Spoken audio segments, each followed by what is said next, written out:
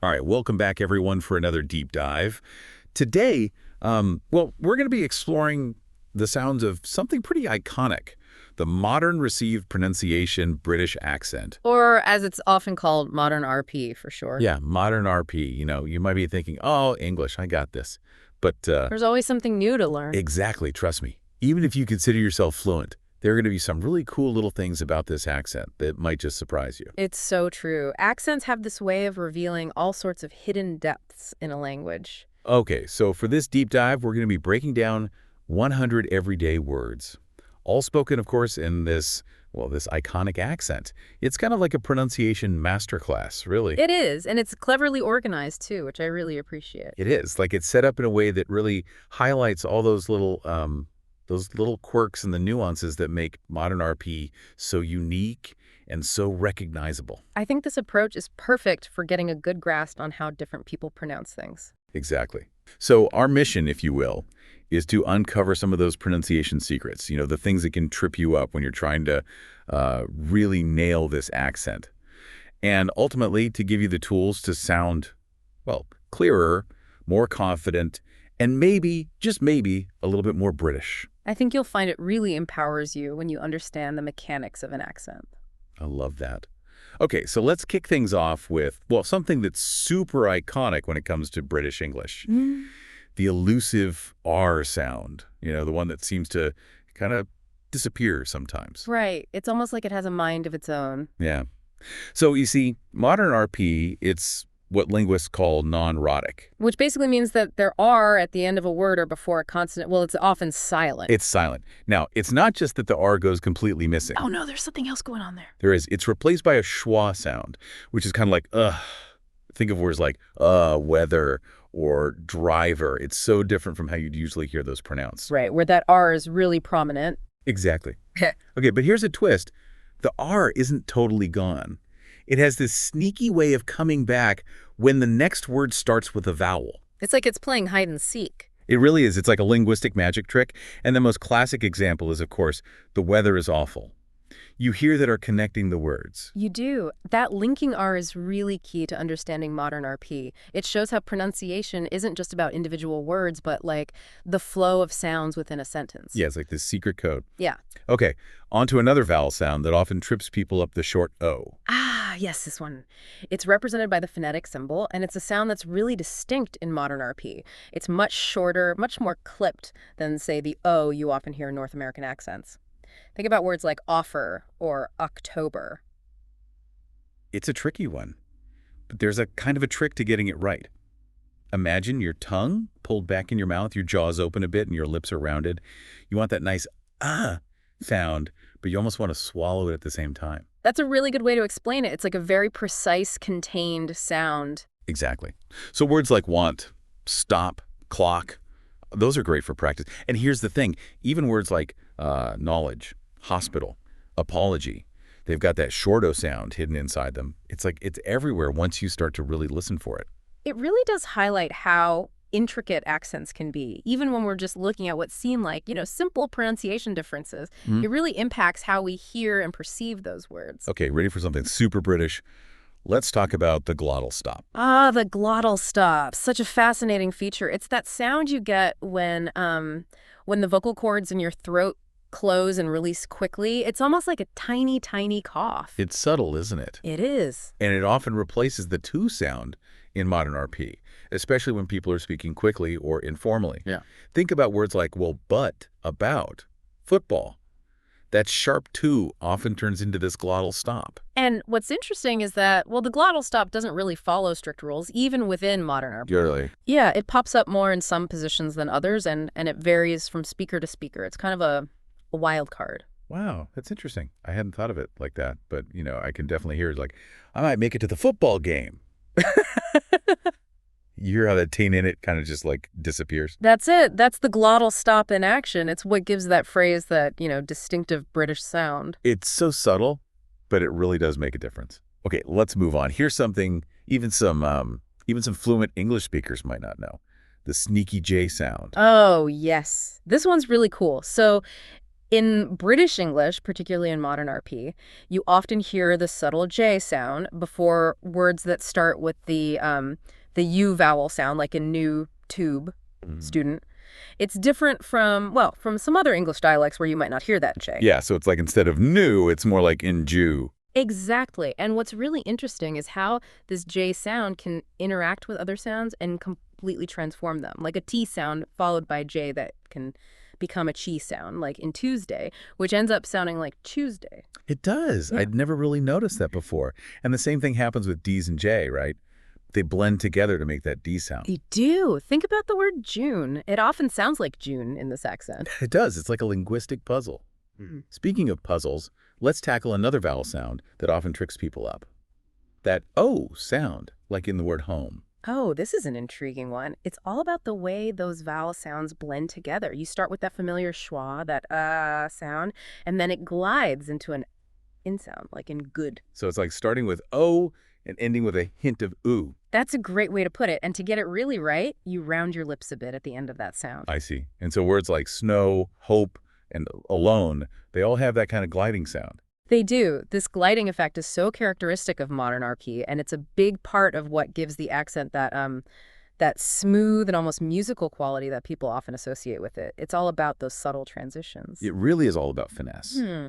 And while we're on the topic of finesse, let's talk about a vowel sound that, well, really sets modern RP apart, especially from North American English. I'm talking about the long asal sound as in car. Ah, yes. This is a big one. That long A sound is everywhere in modern RP, whereas in other places, like, say, the north of England or North America, you're much more likely to hear that short A sound, like in apple. Think about words like task, laugh, after. You can really hear the difference. You can. It's one of those sounds that immediately makes you think, okay, that's a British accent. It really is. And it shows how even those little shifts in vowel sounds can really shape the overall feel of an accent. So I think, even if you're not trying to master a British accent, understanding these little differences can make you a clearer and more confident speaker overall, right? It's Yeah. like it gives you this awareness of the mechanics of language. Absolutely. Studying different accents, it just makes you more in tune with how language works. Okay, now for a trick that Brits seem to have mastered. Shortening words like prose. It's true. It happens in a lot of languages. Words get shortened, especially in everyday speech. But there are some words in British English where this is really noticeable. Words like ordinary, restaurant, library, secretary, they all seem to, like, shed a syllable or two when people are talking quickly. Yeah, and it's not just about speed either. Those shorter forms, they become so common that they're almost like alternative versions of the words. Yeah, like they have a life of their own. Yeah. It's amazing how much meaning we can pack into, even shortened words. Okay, I think it's time to dive into a potentially tricky area. Commonly mispronounced words. Ah, yes, those pronunciation pitfalls that can catch even the most seasoned language learners. Right. And when it comes to British versus American English, there are some words that are just, like, guaranteed to cause confusion. I know exactly what you mean. Words like half, receipt, biscuit, colleague, Wednesday, they sound totally different depending on, well, which side of the pond you're on. And these differences, they often come down to like very small variations in vowel sounds or where the emphasis is put on the word. It's crazy how tiny adjustments can lead to such big pronunciation differences. So, what's the best way to conquer these tricky words? Practice, practice, practice. You have to really focus on saying those words out loud, paying attention to those subtle differences. That makes sense. You have to train your ear and your tongue to work together. You do. It's all about fine-tuning those sounds. All right, are you ready for a little fun? I think so. What do you have in mind? Let's explore the colorful world of British slang. Oh, I love this. British slang is just so vibrant. It is. Slang is such a lively part of any language. It reflects, culture, humor, those unique ways we connect with each other. It's like a secret language. And British slang is famous for being, well, colorful. Even if you're pretty fluent in English, you might be surprised by some of the terms you come across. That's the fun of it. We're talking words like holes for holidays, footy for football, cuppa for a cup of tea. Loo for the toilet, pressy for a present. It's like a linguistic secret handshake. It is. And mastering some of those terms, it can really help you connect with British culture on a deeper level. All right, before we wrap up this first part of our deep dive, let's end with a bang. transatlantic twists. This is where those differences between British and American English become, well, they become super clear. We're talking about words that are pronounced so differently, it's almost like they belong to separate languages. It's true. Words like route, vase, privacy, data, vitamin, they all get a complete pronunciation makeover when they cross the Atlantic. It's amazing, isn't it? Those differences usually come from, historical shifts in language, regional variations, and just how pronunciation has changed over time. It's fascinating to see how the same words can evolve in such different ways. And it highlights why it's so important to be aware of those nuances, especially in a world where we're constantly interacting with people from different cultures. Misunderstandings can happen so easily when words sound completely different depending on someone's accent. It's true, clear communication is key. And recognizing those variations can really help us avoid those miscommunications, especially in situations where, precision is really important. So what can our listeners take away from all of this? Well, for starters, becoming more aware of those little pronunciation quirks can help you sound more authentic if you're trying to use a specific accent. But it can also make you a more effective communicator in any context. Absolutely. When you understand how pronunciation works, you become a better listener, a better speaker. You're just more in tune with language. Right. Now, I know some people might be thinking, okay, this is all great, but how do I actually use these tips? Where do I start? Our pronunciation guru has some really good advice. She stresses the importance of, well, focused listening and repetition. That's right. It's all about really immersing yourself in the sounds of the accent you want to learn, paying attention to the details, and consciously practicing those sounds. Yeah, like really focusing on the individual sounds and the rhythm. Exactly. And don't be shy about recording yourself speaking. Compare it to a native speaker and see if you can spot any areas where you can improve. That's a great idea. It's like getting instant feedback on your pronunciation. It helps you zero in on those specific sounds and patterns that you want to work on. Exactly. It's all about training your ear and your vocal muscles to work together and produce those target sounds. And don't be afraid to experiment. Try out different pronunciations, play around with the rhythm and the intonation, and most importantly, have fun. Absolutely. Learning about accents should be an enjoyable experience. It's about expanding your linguistic horizons, appreciating that amazing diversity of human speech. Okay, so we've covered a lot of ground in this first part. We've talked about the elusive R, the short O, the glottal stop, the sneaky J, and even delved into the world of British slang.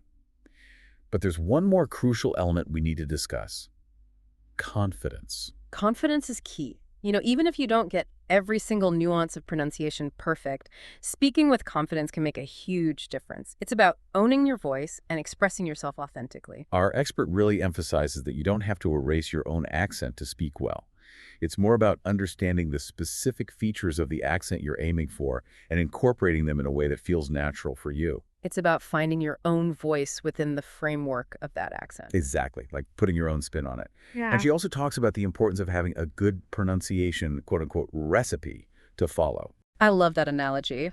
Just like a good recipe guides you through making a dish, a pronunciation guide can get out a clear roadmap for mastering those sounds and rhythms of a particular accent. It's about having that structured approach, focusing on specific elements, and practicing consistently. But just as important, it's about enjoying the journey. Learning about accents shouldn't feel like a chore. It should be a fun and engaging experience. Absolutely. It's about embracing the challenges, celebrating those successes, and just constantly looking for ways to refine your pronunciation skills. And remember, even native speakers make mistakes. It's all part of what makes language so fascinating and so dynamic. Don't be afraid to experiment, have fun, and let your unique voice shine through. So well said. Language is always evolving, and pronunciation is right there with it. The key is to embrace those variations, celebrate the diversity, and allow your voice to reflect your own unique journey with language. All right, in the next part of our deep dive, we're going to be sharing some practical tips and resources to help you continue your pronunciation adventure. But for now, let's leave you with something to think about. Do you think there's a connection between pronunciation and personality? Does the way we speak influence how others perceive us? We'll be exploring this more in our next installment. I can't wait to delve into that. Stay tuned. Yeah, it really is a fascinating question, isn't it? This whole idea of how pronunciation and personality and how we perceive each other, how it's all kind of tied together. It's complicated for sure. It's like our accent becomes part of our, well, I guess you could say our personal brand. That's a good way to put it. It can project confidence, warmth, intelligence, even maybe even aloofness, depending on, how it's interpreted. Right. It's all about perception. Yeah, And that's why I think understanding those subtle things about accents can be so valuable. I agree. It's like if you're aware of how certain pronunciation patterns might come across, you can be um, more intentional about how you present yourself through your speech. It's like you're fine-tuning your communication toolkit. Exactly. Yeah. But, it's not just about like shaping how other people see us. Right. It's bigger than that. It's about appreciating the richness and the diversity of human expression through accents. Like Right. every accent has its own unique history, its own culture, its own story to tell. I love that. It's like when we appreciate those variations, we're celebrating the beauty of linguistic diversity. We're recognizing that there's so many different ways of using language to connect with each other. Yeah, it's like this amazing tapestry of human communication. Hmm. And speaking of celebrating diversity, it's so important to remember that there's no single right way to speak English, or any language for that matter. Accents are natural. They're beautiful. Yeah. And they're a part of what makes each of us unique. Absolutely. Clear and effective communication, it's important, of course. But it's equally important to embrace those individual voices and the accents that make them special.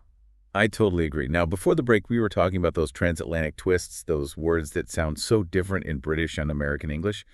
But it's not just individual words, is it? It's not. It's whole phrases, whole sentences. The differences can be really striking. In fact, our pronunciation expert actually brought in an American speaker to illustrate this point. And hearing them say the same phrases side by side, it was so eye-opening. It really shows how those variations in vowel sounds, in stress patterns, even in just the overall intonation of a phrase, it creates a totally different listening experience. Yeah, and it's not just about sounding different, it's about, being understood. Like, imagine the confusion if someone used a word like schedule with a British pronunciation in an American context. Oh, yeah, that could definitely lead to some misunderstandings. Recognizing those variations is crucial, especially when clear communication is essential. Exactly. So what can our listeners take away from all of this? Well, becoming aware of those little pronunciation quirks, it can help you sound more authentic if you're trying to use a specific accent, but can also make you a more effective communicator in general, no matter what accent you use. Absolutely. When you understand those mechanics of pronunciation, you become more attuned to those subtleties. It can help you with both listening and speaking. Right. Now, I know some of you might be thinking, okay, all this is great, but how do I actually put these tips into practice? Like, where do I even begin? Well, luckily, our expert has some really great advice. She really emphasizes the importance of focused listening and repetition. That's right. It's all about immersion. Surrounding yourself with the sounds of that accent, paying attention to those nuances, and then consciously practicing those sounds. Yeah, like really zeroing in on those individual sounds, the rhythm, the intonation, all those pieces that come together to create the accent. And don't be afraid to record yourself speaking. Compare it to a native speaker and see if you can pinpoint some areas where you can improve. That's such a good tip. It's like it gives you that instant feedback, right? You can immediately hear where you might be going off track and then focus your practice on those specific sounds and patterns. Exactly. It's about training your ear and those vocal muscles to work in sync and produce those target sounds. And don't forget, experiment. Have fun with it. Play around with different sounds. Maybe try mimicking your favorite actors or speakers. And most importantly, enjoy the process. Exactly. Learning about accents should be a fun and engaging experience. It's about expanding your horizons linguistically and appreciating that incredible diversity of human speech. Okay, so we've talked about a lot of things in this second part. The importance of confidence, the differences between British and American English, and some practical tips for improving your pronunciation. But there's one more really interesting question that we want to explore. Do you think there are certain accents that are just inherently more appealing, more prestigious than others? What is it about certain accents that makes them stand out in that way? We'll be delving into that in our final segment. That's a great question to ponder. It gets to the heart of how we perceive language and the people who speak it. Stay tuned. We'll be right back. Yeah, it really is. It makes you think, why do some accents have that extra appeal? Why are some seen as, more prestigious than others? It's interesting, isn't it? It is. It's almost like certain accents can open doors or give you a certain edge. You know what I mean? Yeah. But why is that? Is it really just the sounds themselves, or is there more to it? I think it's a mix of things, to be honest. The sounds definitely play a part. Like some accents are just perceived as, well, as clearer, more pleasing to the ear, while others, they might be linked to specific regions or social groups. Yeah, like it's almost as if accents come with a whole set of like unspoken associations. They do, and those associations can be really powerful, even if we're not really aware of them. Think about like how accents are used in movies and TV. It's like shorthand for telling the audience something about the character, right? Yeah, it's true. Like a character with a certain accent might be seen as more sophisticated, more trustworthy. Exactly. Well, someone else with a different accent might be portrayed as, more down to earth, or maybe even a bit rough around the edges. Yeah. It's amazing how those perceptions, those stereotypes, they stick with us. And, it's important to remember that those associations, they're often based on, well, on generalizations. They don't really reflect the individual speaker, right? That's so true. We should never judge someone based on their accent. Accents are part of our heritage, our identity.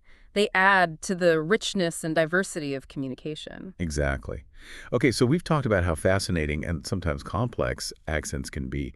But for anyone listening who's thinking, okay, I want to improve my own pronunciation, where do they even begin? What would you say to them? Well, first of all, I'd say pronunciation, it's a journey, not a destination. It takes time. Be patient with yourself and most importantly, enjoy it. There are so many great resources out there now.